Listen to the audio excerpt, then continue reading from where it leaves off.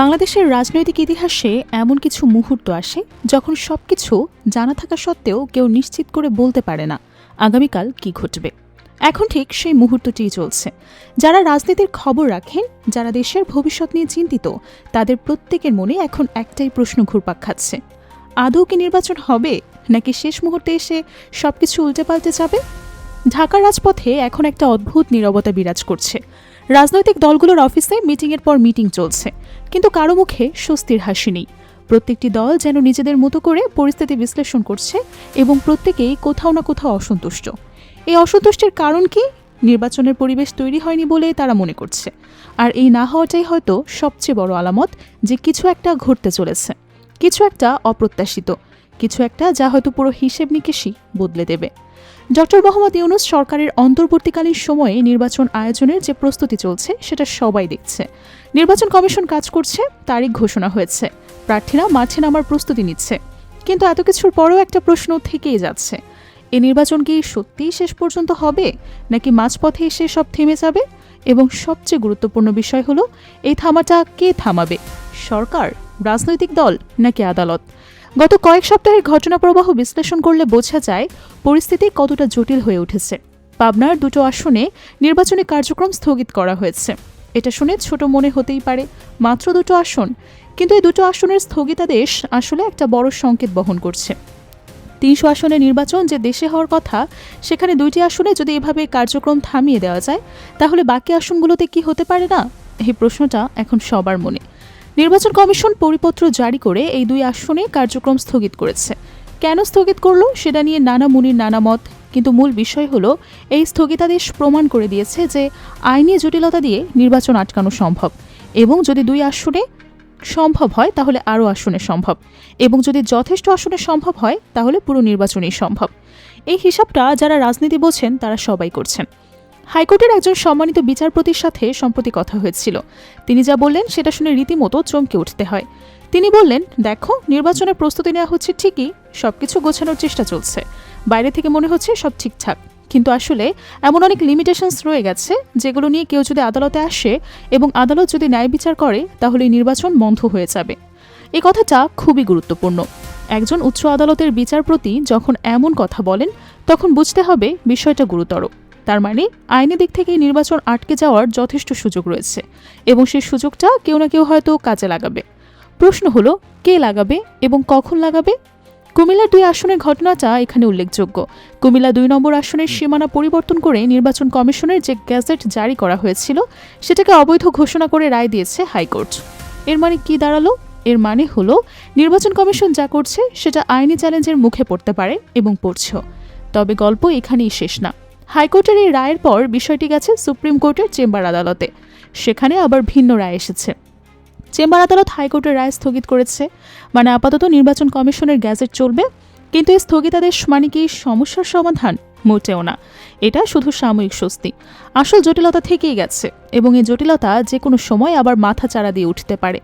এই পুরো খেলাটা বুঝতে হলে একটু পিছনে ফিরে তাকাতে হবে, এবং বাংলাদেশের নির্বাচনী আসনের সীমানা নির্ধারণ একটা অত্যন্ত স্পর্শকাতর বিষয়।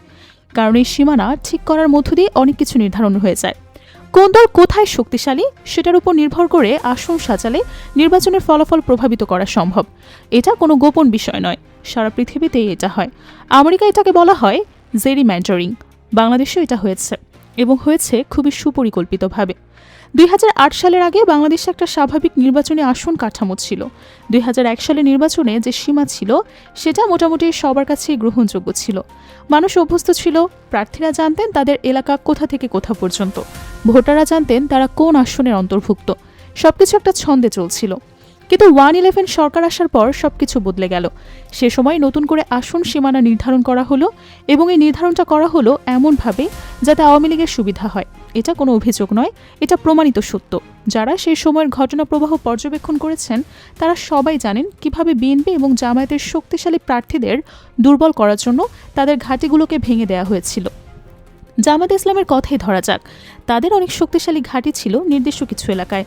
সেই এলাকাগুলোকে এমনভাবে কেটে ছেটে আলাদা করে দেওয়া হলো যে তাদের শক্তি অর্ধেক হয়ে গেল। যে এলাকায় তারা নিশ্চিত জয়ী, সে এলাকাকে 2 ভাগে ভাগ করে 2 আসনে ভাগ করে দেওয়া হলো। ফলে কোনো আসনেই তারা যথেষ্ট শক্তিশালী রইলেন না। আল্লামা সাঈদীর কথা মনে করুন। তিনি বেশ কয়েকবার একই এলাকা থেকে এমপি নির্বাচিত হয়েছিলেন। তার ওই এলাকাটাতেও একইভাবে ভাগ করে দেওয়া হলো। শুধু তাই নয়, হিন্দু অধ্যুষিত এলাকাগুলোতে আরও বেশি করে তার আসন টুকে দেওয়া হলো এবং মুসলিম অধ্যুষিত এলাকাগুলোকে বাদ দেওয়া হলো। উদ্দেশ্য একটাই, তাকে পরাজিত করা, এবং সেটাই করা হলো।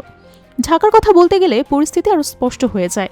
2001 সালে ঢাকায় আসন ছিল 10টার মতো, সেটা বাড়িয়ে করা হলো 20টা, দ্বিগুণেরও বেশি। কেন এত আসন বাড়ানো হলো? কারণ ঢাকায় আওয়ামী লীগের সমর্থক বেশি, বিশেষ করে কিছু নির্দিষ্ট এলাকায়। সেই এলাকাগুলোকে আলাদা করে নতুন আসন বানানো হলো যাতে আওয়ামী লীগের জয় নিশ্চিত হয়। এই পুরো প্রক্রিয়াটা ছিল সুচিন্তিত এবং সুপরিকল্পিত। এর পেছনে যারা ছিলেন তারা জানতেন তারা কি করছেন এবং কেন করছেন, এবং তারা সফল হয়েছিলেন। 2008 সালে নির্বাচনে আওয়ামী লীগ বিপুল সংখ্যাগরিষ্ঠতা পেয়েছিল। সেই জয়ের পেছনে এই আসন পুনর্বিন্যাসের বড় ভূমিকা ছিল। এখন প্রশ্ন হলো, শেখ হাসিনা সরকারের পতনের পর নতুন সরকার এসেছে, ডক্টর ইউনূস সরকার এসেছে, তাহলে পুরনো অন্যায়কে সংশোধন করা হবে?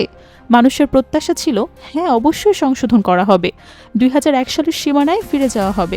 সেই পুরনো কাঠামো যেটা সবার কাছে গ্রহণযোগ্য ছিল, সেটাতে ফিরে যাওয়া হবে। তাহলে আর কোনো ঝামেলাই থাকবে না, সবাই সন্তুষ্ট হবে, নির্বাচন সুষ্ঠু হবে। কিন্তু না, সেটা করা হলো না। নির্বাচন কমিশন এবং সরকার 2001 সালের সীমানায় ফিরে যেতে রাজি হলো না। তারা নতুন একটা সীমানা বিন্যাস করলো। এই নতুন বিন্যাস নিয়েও জটিলতা তৈরি হলো। কোথাও আইনি লড়াই হলো, কোথাও কিছুটা সমাধান হলো, কিন্তু অনেক জায়গায় জটিলতা থেকেই গেল। বাগেরহাটের উদাহরণ দেওয়া যাক। বাগেরহাটে 4টি আসন ছিল, সেটা কমিয়ে 3টি করা হয়েছিল। স্থানীয় রাজনৈতিক কর্মীরা এর বিরুদ্ধে আওয়াজ তুললেন। শেষ পর্যন্ত আইনি লড়াইয়ের পর বাগেরহাট আবারও 4টি আসন ফিরে পেল। গাজীপুরেও একই ঘটনা, সেখানে আসন বাড়ানো হয়েছিল, পরে সেটা কমানো হলো। এরকম কিছু জায়গার সমাধান হয়েছে, কিন্তু অনেক জায়গার সমাধান হয়নি। এবং এখানে একটা গুরুত্বপূর্ণ বিষয় উল্লেখ করা দরকার। জামায়াত ইসলামী বিষয়ে যতটা সক্রিয় হওয়া উচিত ছিল ততটা হয়নি।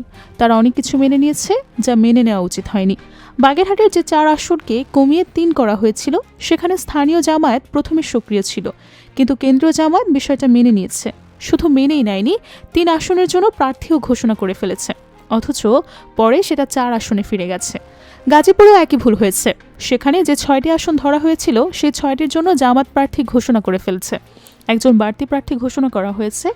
এ ধরনের ভুলগুলো দলের কাছ থেকে প্রত্যাশিত নয়। এটা দেখায় যে জামায়াত এই বিষয়ে যথেষ্ট সিরিয়াস ছিল না। বিএনপির অবস্থানও অস্বচ্ছ। তারা মূলত নিজেদের সুবিধা অসুবিধার হিসেব করে কথা বলছে। যখন তাদের পক্ষে জিনিস যাচ্ছে তখন বলছে সব ঠিক আছে, যখন বিপক্ষে যাচ্ছে তখন বলছে কিছুই ঠিক নেই। এবং আওয়ামী লীগের তো এই বিন্যাসে সবচেয়ে বেশি সুবিধা, তারা চুপচাপ বসে আছে। এই পুরো পরিস্থিতি বিশ্লেষণ করলে একটা প্রশ্ন বারবার মাথায় আসে, ডক্টর ইউনূস সরকার কি সত্যিই নির্বাচন করতে চায়? যদি চাইতো তাহলে এত জটিলতা কেন? 2001 সালের সীমানায় ফিরে গেলেই তো সব সমস্যার সমাধান হয়ে যেত। তাহলে কেন সেটা করা হলো না? এই প্রশ্নের উত্তর খুঁজতে গেলে বেশ কিছু সম্ভাবনার কথাই মাথায় আসে। প্রথম সম্ভাবনা হলো, সরকার হয়তো সত্যিই জটিলতাগুলো বুঝতে পারেনি। তারা হয়তো মনে করছেন নতুন একটা বিন্যাস করলেই হবে। আর দ্বিতীয় সম্ভাবনা, সরকার জেনে শুনেই এই জটিলতাগুলো রেখে দিয়েছে। কেন? কারণ তারা চায় শেষ মুহূর্তে নির্বাচনটা সত্যি আটকে যাক।